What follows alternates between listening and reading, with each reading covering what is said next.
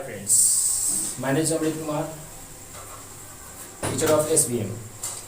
आज की क्लास में मैं आपको पढ़ाने जा रहा हूँ 10th मैथ वो भी बीटीसी किताब से, क्योंकि जो है बीटीसी है वो बोर्ड का ही किताब है। यानी जैसे गवर्नमेंट की किताब है, गवर्नमेंट है तो गवर्नमेंट ही अपना बुक से ही पूछेगी, भारतीय भवन से तो पूछेगी ही नहीं। क्योंकि बहुत सारे एजुकेशन में देखा गया है, एजुकेशन क्षेत्र में भारतीय भवन से ही पढ़ा जाता है, लेकिन भारतीय भवन का हम लोग उतना नहीं मानने देते हैं। बिकॉज सबसे बेटर है बीटीसी, क्योंकि बीटीसी में ही वो सरकारी किताब है और सरकार अपने ही किताब से ही बच्चे से एग्ज़ाम ली जाती है। तो इसीलिए हम लोग बीटीसी किताब के बारे में जानेंगे। क्लास 10th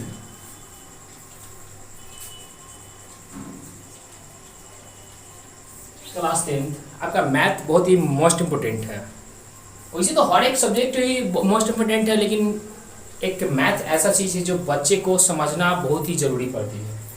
क्योंकि जो और भी बुक्स होते हैं, और भी किताब जो होते हैं साइंस आर्ट्स, उसमें होता है कि थोड़ा समझा देने पर बच्चे कुछ रट भी जाते हैं, कुछ अच्छी तरीके से समझकर याद भी कर लेते हैं। और इसमें जो होती है आपको फार्मूला पे ही तोड़ना होता है और आपको इसमें जानकारी लेना होता है। आज की क्लास में आपको मैं कुछ इन्फॉर्मेशन दूंगा फर्स्ट चैप्टर के, और कुछ बताऊंगा, उसके बाद कुछ क्वेश्चंस भी डील होगा। कोशिश करूँगा क्वेश्चन डील होने की, क्योंकि जो क्वेश्चन आपको फार्मूला में बताने जा रहा हूँ वो थोड़ी लॉन्ग चल जाए। फार्मूला आपको बताऊंगा तो थोड़ी बात होगी, ज़्यादा तो बड़ा वीडियो होगा ही, लेकिन अगर फार्मूला आप देख लीजिएगा तो आपको चैप्टर बनाने में दिक्कत नहीं होगी, कहीं भी आपको चैप्टर बनाने में दिक्कत नहीं होगी। देखिए, पहला चैप्टर है आपका, बुक में पढ़ना है रियल नंबर। और रियल नंबर में आपको जानना है क्या, मतलब वास्तविक संख्या। अब देखिए, वास्तविक संख्या क्या किसे कहते हैं आप जानते हैं? तो वास्तविक संख्या जो है वो परिमेय और अपरिमेय,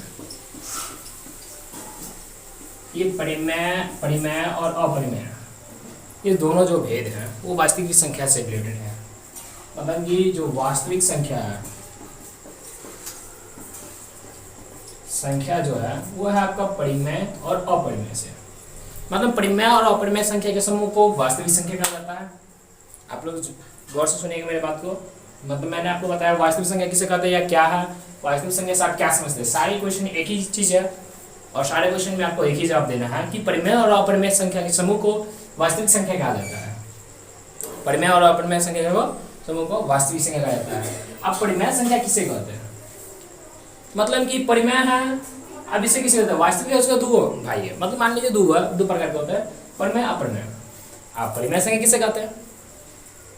तो वैसी संख्या जो p/q के रूप में हो, वैसी संख्या जो p/q के रूप में, मतलब p/q के रूप में, और q = नॉट 0, मतलब q बराबर 0 नहीं होना चाहिए। उसके नीचे आप एनीथिंग कुछ भी डिजिट लगा सकते हैं। अगर कोई भी डिजिट दिया होगा तो वो परिमेय संख्या कहलाएगी। जरूरी नहीं कि आपको डिजिट दिया ही हो। जैसे 3 है, 3 के नीचे तो कोई डिजिट है नहीं, लेकिन ये संख्या है परिमेय संख्या है।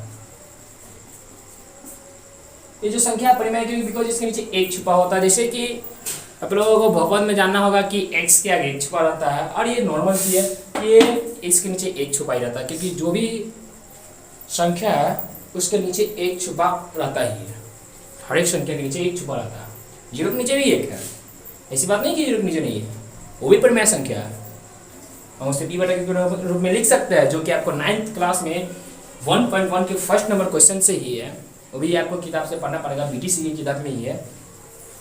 तो 0 भी एक परिमेय संख्या, और 3 जो है आपका परिमेय संख्या है। यानी आपको मतलब कि कहने का मेरा प्रश्न हुआ कि परिमेय संख्या किसे कहते हैं, तो उसको समझने के लिए मैंने आपको एक उदाहरण दिया था। तो इसको परिमेय संख्या बोलेंगे किसे? वैसी संख्या जो p/q के रूप में हो, उसे परिमेय संख्या कहते हैं। q = नॉट 0, मतलब q = नॉट, q बराबर आपको 0 नहीं दिया रहा, और q बराबर 0 दिया होगा तो वो परिमेय संख्या नहीं होगा। और कुछ वर्गमूल में जो संख्या होती है, वर्गमूल में ध्यान सुनिएगा, वर्गमूल जैसे कि √3, √11, ये सब परिमेय संख्या नहीं है। अब ये कौन मतलब ये परिमेय संख्या नहीं है, तो ये कौन सी संख्या मैं अभी आपको बताऊंगा। अभी परिमेय संख्या हम लोग जानेंगे, ठीक है।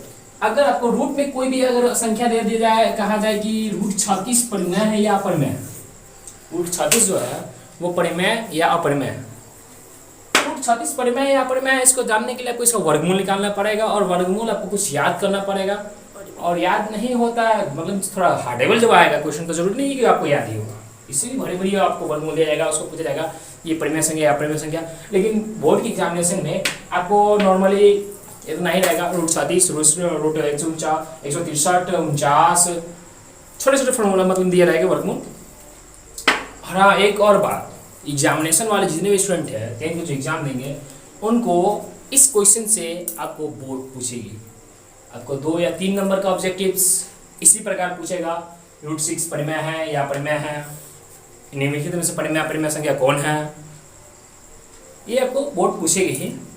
और ये 100 में 100% गारंटी है कि बोर्ड बगैर पूछे रह भी नहीं सकती है, क्योंकि बोर्ड का रूल्स है कि वो एक लेसन से कुछ इस प्रकार क्वेश्चन पूछती है और हमेशा पूछती है। आप कोई भी एग्जामिनेशन को उठाइए, मैं ये नहीं कर रहा हूँ कि पिछले साल का लीजिए, अब कोई भी एग्जामिनेशन को उठाइए, इसमें आपको ये क्वेश्चन पूछा गया है, ऑब्जेक्टिव के रूप में पूछा जाता है कि परिमेय अपरिमेय संख्या है, इसी प्रकार की वास्तविक संख्या के कितने मतलब वास्तविक संख्या किसे कहते हैं, ये भी डाल देता है।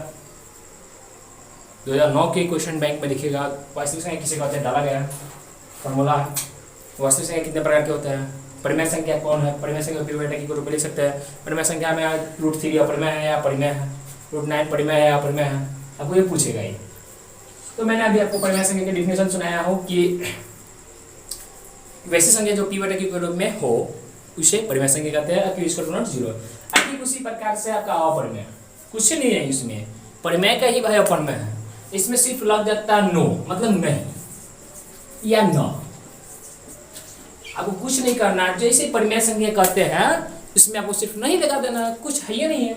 मतलब कि वैसी संख्या जो p/q के रूप में ना हो उसे हम अपरिमेय संख्या कहते हैं। जैसे कि √3 मैंने आपको डिफिनेशन में दिया था उदाहरण कि √3 लिख दिया था ऑलरेडी पहले से ही समझने के लिए। अब √3 क्या बता रहा हूँ, क्या ये बाबू इसका वर्गमूल निकलेगा, नहीं निकलेगा, निकलेगा लेकिन पॉइंट में निकलेगा, हमको पॉइंट में नहीं लेना। इसका जो नियम है उसका नियम के आधार पर चलना है। तो √3 है, √3 का वर्गमूल तो नहीं निकलेगा, और जब वर्गमूल नहीं निकलेगा तो इसके नीचे 1 नहीं हो सकता है, क्योंकि ये ऑलरेडी ही एक रूट में ही ये क्वेश्चन है। तो ये अपरिमेय संख्या हो गया। मतलब कि अपरिमेय संख्या वही होगा, तो आप सीधे सिंपल से कोई भी आपको संख्या कहेगा ना वर्गमूल में हो, अगर √8 पूछा तो इसका परिमेय संख्या नहीं निकलेगा, ये परिमेय संख्या है ही नहीं, क्योंकि इसका वर्गमूल निकलता ही नहीं है, इसलिए अपरिमेय संख्या है। अगर आपको कंफ्यूजन हो कि हमको अगर धैक धरा क्वेश्चन कोई पूछेगा कि √7 क्या, √6 क्या, √36 क्या, तो आपको अगर रूट में पूछे तो आपको एक कंफर्म माइंड को स्थिर करके सोचना है। पहले थोड़ा 1 सेकेंड का आप लीजिए या 10 सेकेंड लीजिए, वो आपके ऊपर डिपेंड करती है। आप बच्चे का माइंड हर एक तरह की होती है, तो आप उसमें ये देखिएगा कि उस चीज़ का मतलब उस डिजिट का वर्गमूल निकलता है कि नहीं। अगर वर्गमूल निकलेगा तो वो परिमेय संख्या होगी, अगर वर्गमूल नहीं निकलेगा तो वो एग्जैक्टली अपरिमेय संख्या ही होगी। तो परिमेय अपरिमेय आप अच्छी तरह समझ गए शायद। अब मैं आपको बता रहा हूँ डिजिट, अंक।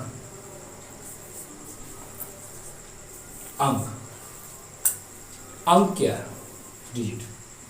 अभी हम लोग कुछ भी लिखते हैं, एनीथिंग, कोई भी संख्या का संग्रह जो होता है, कोई भी संख्या लिख देते हैं कि हाँ कि मतलब कि उतने जनसंख्या है या इतने गिनती है, कि मतलब कोई मतलब किसी का संख्या बताना है, कोई लोग का संख्या बताना है, कोई गांव का मतलब कितना, उस गांव में कितना आदमी रह रहा है, उस व्यक्ति का संख्या कितना, उस व्यक्ति का लड़की का लड़का की संख्या कितना है, बच्चे का संख्या कितना है, तो कुछ संख्या है। अब संख्या कुछ भी लिखिए, इससे मैंने लिखा है 5465 यानी 5465, 5465। ये जो संख्या है, इस संख्या है कहाँ, ये संख्या है कहाँ से, मतलब अंक किसे कहते हैं, व्हाट इज डिजिट, अंक। तो 0 से लेकर 9 तक, बोर्ड में थोड़ा कचरा हो गया तो साइड में लिख रहा हूँ, 0 से 9 तक, 0 से 9 तक, ज़्यादा नहीं, 0 से 9 तक जितने भी अंक है उस सब मतलब 0 से 9 तक जितने भी डिजिट्स है वो सभी अंक ही कहलाएंगे। देखिए 0 से लेकर 9 तक ही के अलावा आपके कोई अंक और दूसरा आता ही नहीं है। आप कितना भी संख्या लिखिए 0 से लेकर 9 तक ही आएगा। और ये डिजिट होते हैं 10 होते हैं। डिजिट कितने होते हैं 10। आपको याद करना पड़ेगा कि अंक कितने होते हैं, आपको क्वेश्चन पूछ सकता है बोर्ड, अंक कितने होते हैं। देखिए जो भी बच्चे अगर ये मेरे एक लेसन का मतलब कि स्पीच में बता रहा हूँ कि डिजिट अंक तो 10 होते हैं। अब कौन कौन होते हैं आप लोग को ये भी जानना जरूरी है। तो अब ये मैंने आपको लिखा था 0 से लेकर 9, 0 1 2 3 4 5, 6, 7, 8 एवं 9। आपको इसके अलावा, इस अंक के अलावा अगर कोई भी संख्या का समूह बना रहे हैं तो इस अंक के अलावा आप नहीं बना सकते। कुछ भी लिखिए, ये आपको 10 ही अंक मिलेंगे ही मिलेंगे। कोई भी संख्या लिखिए, देखिए आप, इतना तो आप लोग जरूर जानते हैं। तो अंक हो गई। अब आप लोग चलते हैं संख्या। मैं थोड़ा फास्ट वीडियो करूंगा क्योंकि बहुत लंबा वीडियो चल जाएगा और आप लोग थोड़ा टाइम कम देने पर समझ, जहाँ तक आपको जो ज़रूरत है आपको वन लेसन में मैं आपको वहाँ तक बता दूंगा जरूर। अब मैं आपको बता रहा हूँ अंक तो बता दिया। संख्या क्योंकि आप जो है आपको लेसन में संख्या से बहुत सारे आएंगे, तो संख्या सिंपल सी भाषा में कि अंक की सहायता से जो समूह बनती है, अंक की सहायता द्वारा जो समूह बनती है उसे संख्या कहते हैं। अभी मैंने बताया कि इसके अलावा कोई भी अंक के अलावा कोई भी आप संख्या नहीं लिख सकते हैं, यानी कि अंक के समूह से संख्या का निर्माण होता है।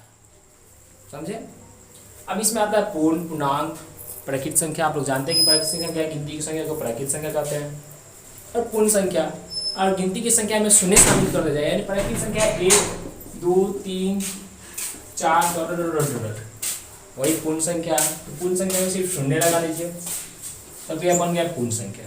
प्राकृत संख्या में अगर शून्य फर्स्ट में लगा दे तो बन गया आपका पूर्ण संख्या। अब पूर्णांक जानते हैं कि वैसी संख्या जो धनात्मक और ऋणात्मक दोनों का समूह होता है, जो पूर्णांक संख्या कहा जाता है। मैं आपको जो है इस पर लेक्चर नहीं दूंगा क्योंकि बहुत लंबा वीडियो चल चुका है और लंबा वीडियो आप लोगों को थोड़ा देखने में लगा है कि इतना लंबा शर्ट दिए तो समझ में आएगा कि नहीं आएगा, और लंबा वीडियो को बहुत कम आदमी देखते हैं। लेकिन लंबे वीडियो में बहुत ज़्यादा तोड़ा गया रहता है और लंबा वीडियो ही आप स्टूडेंट को लिए बेनिफिट होता है। तो मैं यहाँ आपका फार्मूला पर लेक्चर पर ज्वाइन करूँगा। पेज मेरे यूट्यूब पे सब्सक्राइब जरूर कीजिएगा और बेल आइकन और मेरे वीडियो को शेयर जरूर कीजिएगा।